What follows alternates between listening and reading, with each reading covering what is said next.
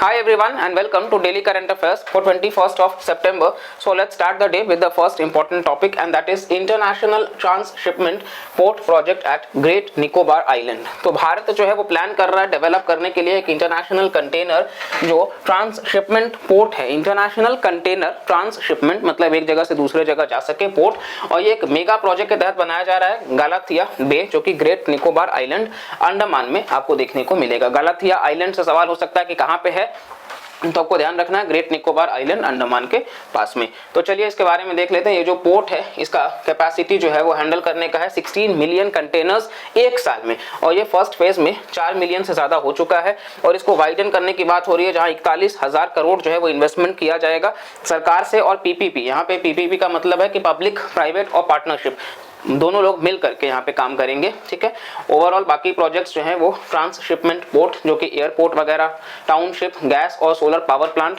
और इसमें कुछ फीचर्स की बात कर लेते हैं। तो ये जियो स्ट्रैटेजिकली बहुत इंपॉर्टेंट है। ये जो आइलैंड्स हैं ये क्रिटिकल है for maritime security. Andaman and Nicobar वो हिस्सा है, हम कई बार आपको चैनल्स पर बताते गए हैं कि वहीं से हम चाइना जैसे कंट्री को भी हम एक बहुत बड़ा थ्रेट बनते हैं, क्योंकि ये हमारे को बहुत बड़ा एक सिक्योरिटी एडवांटेज देता है।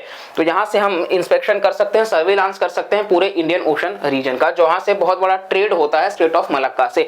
और फिर मैरीटाइम सिक्योरिटी के लिए ये स्ट्रेटेजिक लोकेशन पे है इंडियन ओशन रीजन पे। यहाँ इंफ्रास्ट्रक्चर अच्छा है, कनेक्टिविटी अच्छा है, जिससे भारत एनहांस कर सकता है अपना मिलिट्री और नेवल जो स्ट्रेंथ है। और ये हेल्प करता है भारत को काउंटर करने के लिए चाइना का जो स्ट्रिंग ऑफ पर्ल्स का स्ट्रेटेजी है, क्योंकि स्ट्रिंग ऑफ पर्ल्स में वो क्या कर रहे हैं, वो भारत को घेरने की कोशिश कर रहे हैं। और यहाँ से हम स्ट्रेट ऑफ मलक्का का रास्ता ही बंद कर देंगे जो कि एक चोक पॉइंट है और चाइना के लिए बहुत इंपॉर्टेंट है। तो इसलिए ये बहुत ज्यादा इंपॉर्टेंट है हमारे को। और ये इसका नेचुरल डेप्थ है 20 मीटर के आसपास। ये आपको ध्यान नहीं रखना है, लेकिन आप यूपीएससी मेंस में आप इन पॉइंट्स को ध्यान रख सकते हो या फिर इंटरव्यूज के लिए। ठीक है, चलिए नेक्स्ट हम बात कर लेते हैं कैचमेंट का। तो पोटेंशियल है कि ट्रांसशिपमेंट कार्गो जो है वो सिमिलर इंटरनेशनल फैसिलिटी से प्रोवाइड करेगा। और इसी के साथ साथ में इकोनॉमिक बेनिफिट्स की बात कर लेते हैं। तो थर्ड लार्जेस्ट इकोनॉमी है भारत, जहां पर 7,500 किलोमीटर लॉन्ग कोस्ट लाइन है हमारा। तो ये कोस्टल स्टेट्स जो है, ठीक है, गुजरात, महाराष्ट्र, वेस्ट बंगाल, जहां 95% ऑफ द कंट्री का ट्रेड जो है वो होता है इन्हीं कोस्टल स्टेट से, और 68% जो है वो वैल्यू के हिसाब से मैरीटाइम ट्रांसपोर्ट से। ठीक है, तो ये कंट्री का ट्रेड की बात करी गई है। और ये कहीं ना कहीं रेवेन्यू का लॉस होता है अगर हम मतलब इसके माध्यम से ना जाएं। और हाल ही में 75% जो है वो कार्गो को पोर्ट्स पे ही हैंडल किया जाता है आउटसाइड इंडिया, जैसे कि कोलंबो या सिंगापुर। तो ये हमारा मतलब बचत होगा। ठीक है, और इंप्रूव्ड लॉजिस्टिक्स इंफ्रास्ट्रक्चर, अभी हाल ही में हमने करंट अफेयर्स के वीडियोस में बताया कि लॉजिस्टिक्स परफॉर्मेंस इंडेक्स निकाला गया है। तो जो लोग सिंसियरली देख रहे हैं आप कमेंट करके बताएंगे कि कौन सा ऑर्गेनाइजेशन है जो इस इंडेक्स को पब्लिश करता है। इसी के साथ साथ में आप देखोगे तो ये रिड्यूस करता है लॉजिस्टिक्स इनएफिशिएंसीज भारतीय ट्रेड में, जो कि अप्रॉक्सीमेटली 14% है लॉजिस्टिक कॉस्ट, जो बहुत महंगा है। लॉजिस्टिक दरअसल होना चाहिए 6% 8% के आसपास। ग्लोबल मतलब हम एवरेज बताएं तो 8% है, और भारत 14% खर्च कर रहा है। तो जाहिर सी बात है हमारा सामान भी महंगा जाएगा, और ओवरऑल भी आप देखोगे तो स्लो हो जाएगा, क्योंकि महंगा होगा उसका डिमांड कम होगा। तो ये सारी चीजें यानी कि इकोनॉमिक बेनिफिट नहीं होगा। तो इससे अगर हम मतलब लॉजिस्टिक्स कॉस्ट को कम कर पाएंगे तो कंट्री का एक्सपोर्ट बढ़ेगा, क्योंकि अब अंतरराष्ट्रीय स्तर पर सामान सस्ता होगा, और एक अपॉर्चुनिटी होगा भारत के लिए कि वो एक लार्जर हब बन सके एशिया, अफ्रीका या एशिया, यूरोप या यूएस वाले रीजन में। और इसी के साथ साथ में अलग अलग जो है शिप सप्लाई करेंगे, repair, damage facility, warehousing, इन सब की बात है। बाकी बेनिफिट्स में आप देखोगे तो फॉरेक्स सेविंग्स भी बढ़ेगा, यानी कि विदेशों से जो मुद्रा आती है वो बढ़ेगी। एफडीआई बढ़ेगा, फॉरेन डायरेक्ट इन्वेस्टमेंट, क्योंकि आपके पास में लॉजिस्टिक्स अच्छा होगा, पोर्ट फैसिलिटीज होगा, तो जाहिर सी बात है बिजनेसमैन भी आएंगे और इकोनॉमिक एक्टिविटी बढ़ेगा। ह्यूमैनिटेरियन असिस्टेंस भी आप कर सकते हो, मतलब कि जब भी आपदा हो तो आप सहायता प्रदान कर सकते हो, और डिजास्टर रिलीफ भी आप कर सकते हैं। भारत आपको पता है ओडिशा, वेस्ट बंगाल, ये जो कोस्टल स्टेट्स हैं, चाहे आप गुजरात वाले रीजन को देख लो, यहाँ पे साइक्लोन्स बहुत ज्यादा आते हैं, तो ये वल्नरेबल हैं। तो इसीलिए कहीं ना कहीं हम वहां से बेसिकली सुरक्षा प्रदान कर सकते हैं कि ह्यूमैनिटेरियन असिस्टेंस देना। ठीक है, नेक्स्ट हमारा जो टॉपिक है दैट इज कोणार्क टेम्पल। तो चलिए कोणार्क टेम्पल की बात कर लेते हैं। दरअसल ये विश्व भर के जो लीडर्स हैं G20 समिट में जो आए थे, तो पीछे जो रिप्रेजेंट कर रहा है वो कोणार्क टेम्पल, मतलब भगवान सूर्य को जो डेडिकेटेड है ओडिशा में।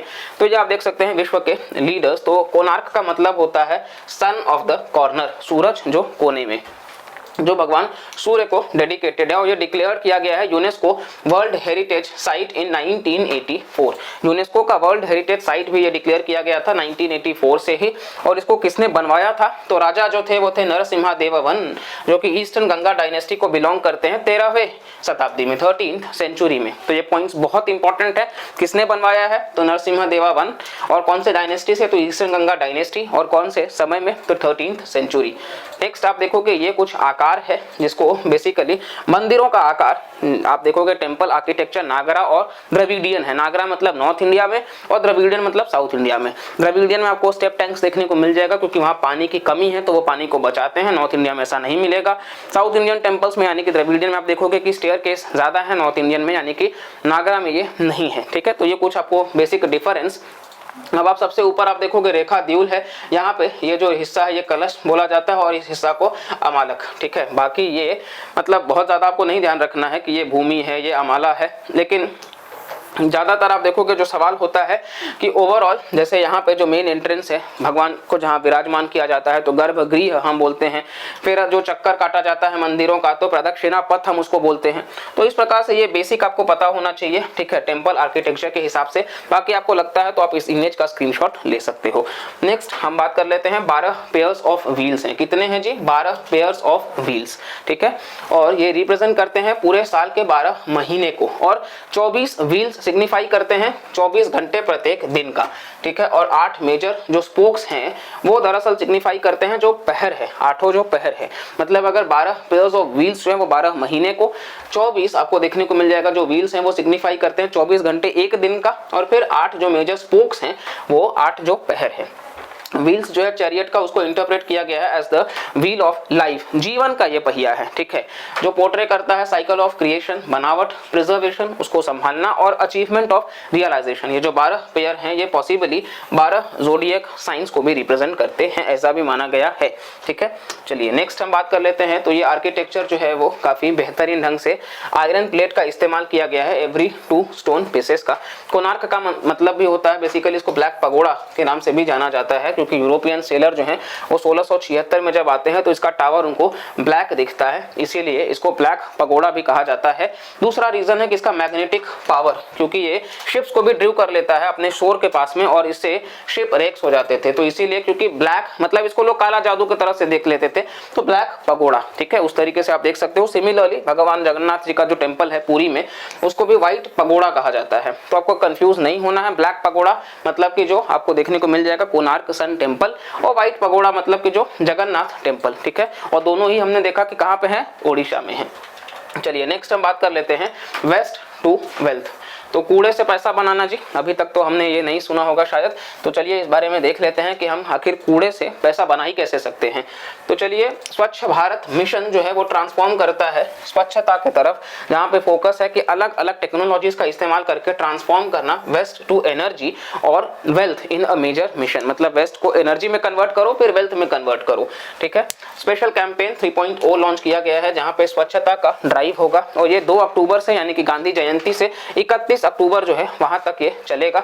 और ये सारे डिपार्टमेंट्स पे फोकस करता है क्लीनलीनेस और रिड्यूस करना जो पेंडेंसी है गवर्नमेंट डिपार्टमेंट्स में। ठीक है, और अक्टूबर 2019 में मतलब आप देखोगे वेस्ट टू वेल्थ मिशन को लॉन्च किया गया था जिसका फोकस था आइडेंटिफाई करना, टेस्ट करना जो डिसेंट्रलाइज्ड टेक्नोलॉजीज हैं यानी कि लोकल रिक्वायरमेंट्स क्या होंगे वेस्ट मैनेजमेंट के लिए। तो यहाँ पे वेस्टेज को कन्वर्ट किया जाएगा ताकि एनवायरनमेंट और इकोनॉमी के हिसाब से वैल्यूएबल रिसोर्सेस में उसको तब्दील किया जा सके। इससे जॉब वगैरह भी मिलेगा, अपॉर्चुनिटी डेवलपमेंट होगा और यहाँ पे मतलब रिसाइकल को प्रमोट किया जाएगा, फाइनल डिस्पोजल किया जाएगा। जब एंड उसका हो जाए ये प्रमोट करेगा सर्कुलर इकोनॉमी को, जो कि रिड्यूस, रीयूज और रिसाइकल की बात करता है, सर्कुलर इकोनॉमी। और फिर वेस्ट टू एनर्जी एक इंटीग्रल है वेस्ट टू हेल्थ पे। ठीक है, अलग अलग तरीके से जहाँ पे फ्यूल और ये सारा फॉर्म, और इसी के साथ साथ में किस तरीके से हम इंसिनरेशन मतलब बर्निंग ऑफ बायोमास, ऑक्सीजन के लैक में गैसिफिकेशन, इन सब की बात करी जा सकती है। और ये पूरा का पूरा आप प्रोसेस देख सकते हो। ठीक है, तो ये कहीं ना कहीं आपको खुद समझ में आ जाएगा किस तरीके से वेस्टेज को कन्वर्ट किया जाता है, कंबसन, गैसिफिकेशन, पायरोलाइसिस। ठीक है, पायरोलाइसिस में वेस्टेज ऑफ मतलब को बर्न किया जाता है विदाउट ऑक्सीजन वगैरह। ठीक है, तो ये बेसिकली आपको देखने को मिल जाएगा कि बाकी ministry of new and renewable energy ने नोटिफाई किया है नेशनल बायो एनर्जी प्रोग्राम 2022 में, और ये सेंट्रल के फाइनेंशियल असिस्टेंस पे होगा, जो कि ministry of petroleum and natural gas launch किया सतत इनिशिएटिव। डायरेक्ट क्वेश्चन हो सकता है, सतत इनिशिएटिव किसने लाया है? तो ministry of petroleum and natural gas, इसका फुल फॉर्म है sustainable alternative towards affordable transportation, ठीक है। और ये बेसिकली बायो सीएनजी वगैरह को प्रमोट कर रहा है, कंप्रेस्ड बायोगैस को, ठीक है, ताकि, और इसी के साथ साथ में सरकार ने गोबर धन स्कीम भी बनाया है। ये वाकई गोबर को धन में कन्वर्ट करने की बात कर रहे हैं, जहां पे department of drinking water and sanitation, जो कि मिनिस्ट्री ऑफ जल शक्ति के तहत है, तो ये एक फाइनेंशियल असिस्टेंस देंगे। कितने का? तो बेसिकली 50 लाख का पर डिस्ट्रिक्ट को, ताकि एक कम्युनिटी बायोगैस प्लांट्स जो है वो एस्टैब्लिश किया जा सके। 50 लाख का कम्युनिटी बायोगैस प्लांट्स को एस्टैब्लिश करने के लिए गोबर्धन स्कीम है। मिनिस्ट्री बहुत इंपॉर्टेंट है, मिनिस्ट्री जो है वो जल शक्ति है यहाँ पर, और सतत में मिनिस्ट्री ऑफ पेट्रोलियम, क्योंकि क्वेश्चन 1 एग्जाम्स में मिनिस्ट्री पे ही होंगे, और यूपीएससी में तो आपको पता है कि वो मिनिस्ट्री एक स्टेटमेंट में जरूर देते हैं। तो ये हमारा डेली करंट अफेयर्स की तरफ से था। आई होप आपको वीडियो इन्फॉर्मेटिव लगा होगा। चैनल पे और भी वीडियो हमने अपलोड किए हैं, तो आप जाकर के चेकआउट करिएगा।